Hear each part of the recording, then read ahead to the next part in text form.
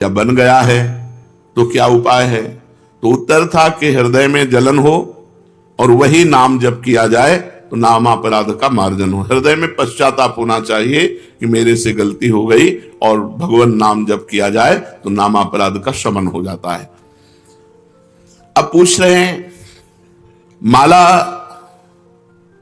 यदि नहीं रखता हूं तो नाम जपने में रुचि नहीं होती, संख्या से रुचि नए साधक को होती, नाम भूल जाता हूं। माला रखता हूं तो बड़ा संकोच होता है, लोग मजाक उड़ाते हैं, ये तो बड़े भगत बनते हैं, या कोई प्रणाम नमस्कार मान बढ़ाई देने लगता है कि ये तो बहुत नाम जापक हैं।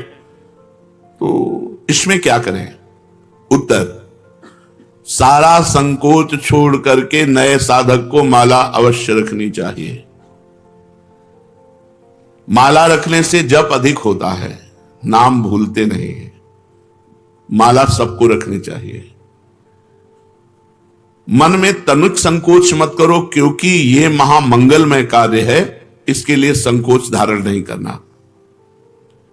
जो लज्जा छोड़कर भगवान का नाम जप करता है वो अपने को पवित्र कर देता है और सारे विश्व को पवित्र कर देता है। तीर्थी कुर्वन्ति तीर्थानि सतरति सतरति सलोकान तारयति। वह स्वयं तर जाता है और लोगों को तारता है, लोक के लोक पावन कर सकता है। इसलिए संकोच छोड़कर, लज्जा छोड़कर माला प्रगट में रखनी चाहिए और गणना युक्त नाम जप करना चाहिए। यदि कोई प्रणाम नमस्कार करे, मान बढ़ाई दे, तो तुम उसे स्वीकार न करो तो तुम्हारी हानि नहीं होगी।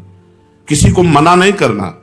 कोई प्रणाम कर रहा है, कोई नमस्कार कर रहा है, बस अंदर से उपेक्षा रखो, अंदर से उसका महत्व मत रखो, तो मान बढ़ाई तुम्हारा कुछ बिगाड़ नहीं पाएगी। नाम जप का वास्तविक फल क्या है? उत्तर, नाम जप का वास्तविक फल है श्री कृष्ण प्रेम में रोना, भगवान के प्रेम में रोना।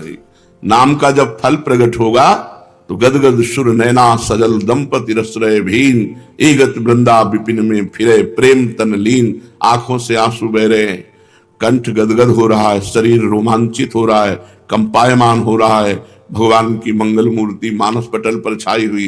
ये नाम का फल। मुक्ति तो नाम का आनुषंगिक फल भाव है, मुख्य भाव है प्रेम। जैसे सूर्य उदय होने पर प्रकाश तो आनुषंगिक है, ऐसे ही प्रेम ये सूर्य है और प्रकाश उसका मोक्ष है। इसलिए नाम का फल पूर्ण प्रेम है, भगवत प्रेम। सुना है कि 3.5 करोड़ नाम जप करने पर मोक्ष की प्राप्ति हो जाती है। क्या यह सत्य है? विश्वास करो, भाव करो, महत्व रखो, हो जाएगा। विश्वास करो, भाव करो, महत्व रखो, तो एक नाम में मोक्ष प्राप्त हो जाएगा। 3.5 करोड़ तो बहुत बड़ी बात है, एक नाम भी मोक्ष प्राप्त कराने में समर्थ है। एक नाम, 3.5 करोड़ तो बहुत होते हैं। विश्वास करो, भाव करो, महत्व करो। यही बात ध्रुवदास जी ने कहा। हित से आर्त होकर दैन्य भाव से एक नाम पुकार लो तो भगवान तुम्हारा साथ नहीं छोड़ेंगे। एक बार जिन नाम ली हित सो होए अति दीन, अति दीन हित सो होए। प्रेम से द्रवित होकर दैन्य भाव से भगवान को पुकारो तो एक नाम में भगवान तुम्हारा कभी साथ नहीं छोड़ेंगे। एक बार जिन नाम ली हित सो होए अति दीन, ताको संग न छाणहि ध्रुव अपनो कर लीन। विश्वास करो, भाव करो, महत्व करो, तो एक नाम से भगवत प्राप्ति हो जाएगी। एक नाम मोक्ष प्रदान कर देगा। 3.5 करोड़ तो बहुत बड़ी बात है। हाँ, कलि संतरणोपनिषद में लिखा हुआ है कि यदि नाम के 3.5 करोड़ आवृत्ति की जाए, 3.5 करोड़ नाम जब किया जाए, तो शरीर छूटने पर वो भगवान को प्राप्त होगा। शरीर छूटने पर वो भगवान को प्राप्त होगा 3.5 करोड़ नाम जप करने। आपने बड़ी महिमा सुनाई, तो आप इतना बता सकते हैं कि आपको क्या लाभ मिला नाम जप से? आपको क्या लाभ मिला? मेरे को जो लाभ मिला, मेरी वाणी में सामर्थ्य नहीं कि मैं कह सकूं। हां, ये जरूर है कि असंभव को संभव कर दिया नाम ने। बस इतने बोले। मेरे को जो लाभ हुआ मेरी वाणी में सामर्थ्य नहीं कि मैं वर्णन कर सकूं। हाँ, इतना जरूर कहता हूं कि असंभव को संभव कर दिया, असंभव को संभव कर दिया। महाराज, नाम जप करने वाला अंत समय में यदि बेहोश हो जाता है तो उसकी क्या गति होगी? बेहोश में तो नाम जप नहीं हो पाएगा। नाम जप जीवन भर प्रयास किया है, एक क्षण भी नाम नहीं छोड़ा है, वो अंत समय जब बेहोश होगा तो भगवान उसका नाम स्मरण बन जाएंगे। उस बेहोश की स्थिति में भगवान उसका नाम स्मरण हो जाए। एक भगत को हमने देखा, ललचाते ऐसी मृत्यु हो जाए, अंगुली में काउंटर है, बिल्कुल आखिरी श्वास चल रही, ऐसे राधा राधा राधा, और मात्र 5-6 सेकंड में ये है मृत्यु। मृत्यु का ये है महोत्सव। और मतलब जैसे नृत्य की मुद्रा में राधा राधा राधा राधा, और बस ऐसे चली गई। यदि कोई बेहोश हो जाता है और जीवन भर भजन किया है तो अंत समय भगवान उसका स्मरण बनते हैं और वो भगवान को प्राप्त होता है। आप कृपा करके बताइए कि नाम जप और मंत्र जप में क्या अंतर है? मंत्र जप में विधि की प्रधानता होती है। अपवित्र दशा में आप नहीं जप सकते, अपवित्र स्थान में आप नहीं जप सकते, अपवित्र भाव रखकर नहीं जप सकते। नाम में इसकी कोई नाम, अपवित्र पवित्रो वा सर्वावस्थांगतो पिबह यह स्मरेत पुंडरीकाक्षम सवायाभ्यंतरा शुचि। नाम उच्चारण करते ही वो बाहर भीतर दोनों जगह से पवित्र हो जाता है, चाहे अपवित्र हो या पवित्र, इसकी कोई विधि नहीं। कई जगह मंत्र को अविधि पूर्वक जप करने से हानि भी हो जाती है, लेकिन नाम जप करने से लाभ ही लाभ होता है। नाम जप करने से कभी भी किसी भी दशा में हानि नहीं हो सकती। क्या मंत्र का अर्थ जाने बिना, बिना भाव के अगर जप हो तो फल देता है? हर शब्द ब्रह्म है। वैदिक, तांत्रिक आदि जो भी मंत्र हैं सब शब्दात्मक हैं, उनमें अनंत शक्ति भरी हुई है। बिना समझ के, बिना भाव के भी जप करने पर मंत्र अपनी सामर्थ्य से उसका कल्याण कर देता है।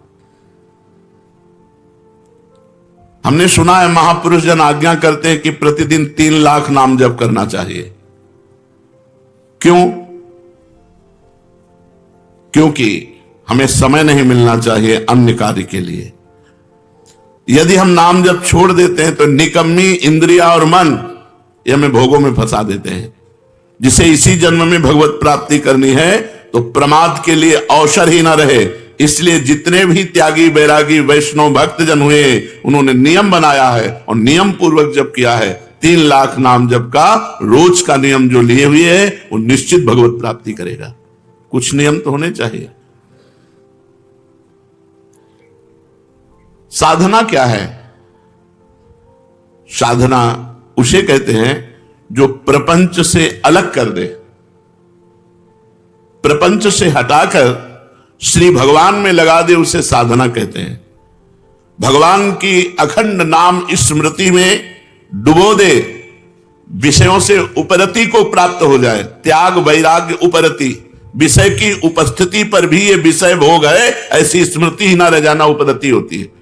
विषयों के प्रति रस बुद्धि है, विषयों का त्याग कर दिया, इसे त्याग कहते हैं। और विषयों के प्रति रस बुद्धि भी खत्म हो गई, उसे वैराग्य कहते हैं। पर उसको ज्ञान रहता है कि विषय है, लेकिन ये विषय है ऐसा ज्ञान भी न रहना, उसे उपरति कहते हैं, इसे साधना कहते हैं। इतना भगवान नाम जप करे कि विषय की उपस्थिति में भी विषय भोग की इच्छा ना हो, ये वैराग्य। और ये विषय है ऐसा बोध ही ना हो, उसे उपरति कहते हैं। ये साधना आगे क्यों नहीं बढ़ती? वहीं क्यों लड़खड़ाता रहता है साधक? जब तक शरीर में अहंकार है कि मैं स्त्री हूं, मैं पुरुष हूं, जब तक शरीर संबंधी भोगों में प्रियता है, खान पान अन्य भोग पदार्थों में, जब तक शरीर संबंधियों में ममता है, 3 बातें, शरीर में अहमता, अहंकार, भोगों में प्रियता और संबंधियों में ममता, तब तक साधना आगे नहीं बढ़ सकती। रिश्ते नाते संबंधियों से ममता हटाओ, भोगों से प्रियता हटाओ, शरीर से अहंकार हटाओ। कैसे हटेगा? नाम जप करो, सत्संग सुनो, शास्त्र स्वाध्याय करो, संत भगवंत भक्त गुरुदेव इनकी सेवा करो, इसी से ठीक हो जाएगा। साधन का प्राण क्या है? स्मरण, सावधानी पूर्वक स्मरण, ये साधन का प्राण है। हर समय स्मरण चल रहा मतलब तुम्हारा साधन जीवित है। स्मरण रुक गया मतलब जीव मरने जा रहा है, तुम्हारा साधन नष्ट होने जा रहा है। साधन का प्राण है स्मरण, मधुर मधुर भगवान का स्मरण। साधना में क्या सरलता हो सकती है? सरल साधन क्या हो सकता है? बस दो बातें। जगत के किसी भी भोग में सुख बुद्धि ना होना और विश्वास पूर्वक भगवान का नाम जप करना, बस इसी से भगवत प्राप्ति हो जाएगी। दो बातें, जगत के किसी भोगों में सुख बुद्धि ना होना और विश्वास पूर्वक भगवान का नाम जप करना, इसी से भगवत प्राप्ति हो जाएगी। साधना आगे क्यों नहीं बढ़ती?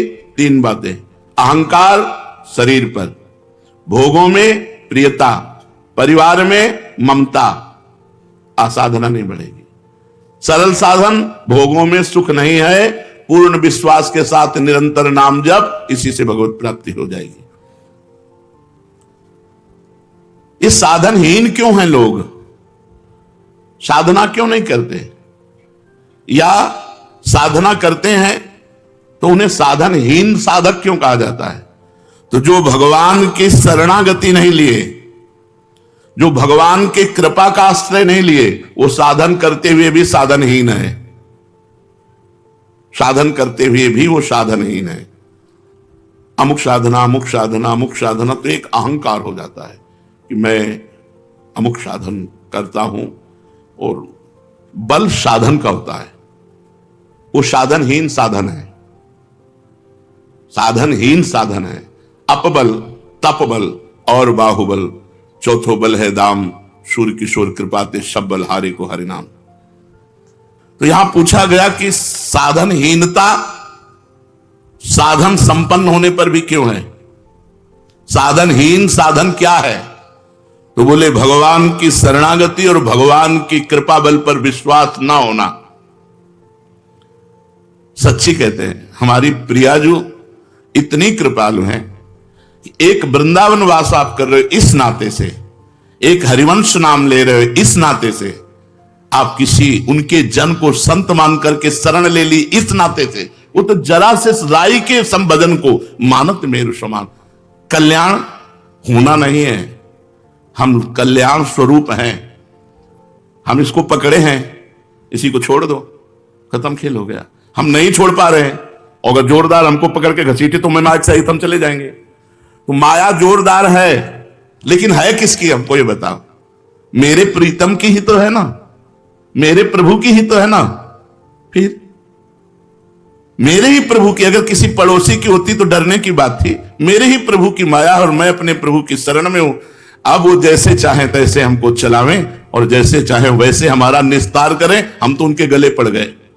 शरणागत की एक ही परीक्षा है, हर परिस्थिति में हे प्रियाजू, बस हमारी कोई आनंद की परिस्थिति हो तो जय प्रियाजू, हमारी कोई दुख की परिस्थिति हो तो हे प्रियाजू। प्रियाजू के सिवा हमारा कोई नहीं है, बस यही हमारी सावधानी रहनी चाहिए। हम कुछ करते हैं, ये हमारा बल नहीं है, हम जिनके हैं वो हमारा बल है, बस ये बात अंदर से समझते रहना। हम कुछ करते हैं, करके प्राप्त करेंगे, ऐसी हमारी आशा नहीं है। आज तक किसी ने कुछ प्राप्त किया है तो हो के प्राप्त किया है, और होने की परीक्षा एक यही है कि किसी भी परिस्थिति में अन्य बात न निकल जाए कि कोई हमारा सहारा है। बस मेरे तो जय गिरधर गोपाल दूसरो न कोई, जैसे मीरा जी, दूसरो न कोई, शरीर भी नहीं, तभी जहर दिया गया पी गई, दूसरो न कोई, गिरधर के सिवा कोई नहीं। अगर गिरधर का चरणामृत करके तुम जहर दे रहे हो तो वो भी स्वीकार है। हमारी केवल आश्रय वस्तु है, हम किसी योग्य नहीं है, हम में कोई योग्यता नहीं है, केवल आश्रय है, और ये साधन का प्राण है। साधन हो रहा है और भगवत शरणागति नहीं, भगवत कृपा बल नहीं, तो साधन होते हुए भी वो साधनहीन है, जिससे भगवत प्राप्ति होती है। साधन का विघ्न क्या है? साधन का सबसे बड़ा विघ्न है साधन का अभिमान होना। भगवत स्मरण से भगवान की प्राप्ति होती है। भगवत स्मरण उसी का चलता है जो तृणादपि सुनीचेन, अपने को दीन मानता है। माना ब्रह्म ज्ञान के मार्ग में उस सबको अपनी आत्मा देखता है, भक्ति सबको अपना इष्ट देखता है, कहीं प्रश्न बनता ही नहीं है। अगर वो प्रश्न करता है तो अभी खुद प्रश्न में फंस गया हो। ज्ञानी की दृष्टि में सर्वम खलमिदम ब्रह्म, भक्ति की दृष्टि में वासुदेवा सर्वम, सिय राम में सब जग जानी। सबसे बड़ा साधन का विघ्न है साधन का अहंकार हो जाना। साधना का अहंकार इतना श्रेष्ठ बड़ा होता है, इतनी कड़ुई होती है, पूछो मत। वही सबसे बड़ा विघ्न है भगवत प्राप्ति में। दूसरा, खान पान। यदि आपका खान पान सही नहीं है तो आपकी साधना नहीं बनेगी। तीसरा, मंत्र नाम में संदेह, पता नहीं इस नाम से होगा कि नहीं होगा। कहते हैं नाम जप करो, इस नाम से तो पता नहीं इस मंत्र से होगा कि नहीं होगा। साधना में विघ्न। सदगुरु का अभाव, जिसके जीवन में सदगुरु नहीं उसकी साधना कभी सिद्ध नहीं हो सकती। सदगुरु है, उनका अपमान कर दिया, कभी साधना सिद्ध नहीं हो सकती। इस साधना का विघ्न है। नियमानुवर्तिता का अभाव, जो नियम दिया गया है उस नियम के अनुसार न चलना। अपनी प्रसिद्धि की चाह, कुतर्किक स्वभाव होना और भोगों की कामना और कुसंग में प्रियता, परदोष दर्शन, इतने साधना के विघ्न हैं। अगर इन विघ्नों से बचा जाए तो हमारी साधना आगे बढ़ेगी। तो साधना में सहायक क्या है? दैन्यता। सबसे पहली बात है दैन्यता। सबसे झुक के रहो। सब में भगवान देखोगे तो झुकना आ जाएगा। सब में झुको, सबको प्रणाम करो। साधन में साधन का अहंकार ना होना, ये सबसे बड़ा सहायक है। आप जो साधन कर रहे हो उसका अहम नहीं होना चाहिए, दैन्य होना चाहिए। और सच्ची बात है, सही साधना होगी तो आपका हृदय दैन्य हो जाएगा, डरेगा कहीं कोई अपराध न बन जाए जो मेरा साधन रुक जाए। और हृदय एकदम इतना लुजलुजा हो जाएगा कि कोई आपको प्रणाम करेगा तो आपको संकोच लगेगा। आप नहीं समझते, मैं अधम जीव हूं, मेरे पर क्यों ऐसा। वो तनिक भी लाख लोग मान बढ़ाई दे, वो अंदर रहेगा कि आप जानते नहीं हो इसलिए ऐसा, मैं बहुत अधम हूं। अंदर उसके यही रहेगा, अस्मय अधम सकासुम, ये अंदर बैठ जाएगा, ये भगवान की कृपा से बैठ जाएगा। दूसरा सहायक, नियम के अनुसार अपनी दिनचर्या पूरी करना, टाइम बिल्कुल। ये साधक की गुणवत्ता है कि जैसे 4 बजे से वाणी पाठ, तो 4 बजने में 5 मिनट बकाया है, वो आ गया। 4 बजने के बाद जो दिनचर्या शुरू हुई, जब सब संपन्न हो गई, प्रणाम किया, ग्रीवा नीचे की, चल दिया। 5 मिनट पे अपनी दिनचर्या में बड़ी प्रवीणता रखना। सत्कार दूसरों का करना, सबहि मान प्रदापमान, इससे साधना आपकी बढ़ेगी। कुछ समय एकांतवास, सोने के अलावा, सोने में तो सब लोग एकांतवास करते हैं, सोने के अलावा, निद्रा के अलावा एकांतवास, जागृत अवस्था में शांत भाव से अपनी कुटिया में बैठ करके भजन करना।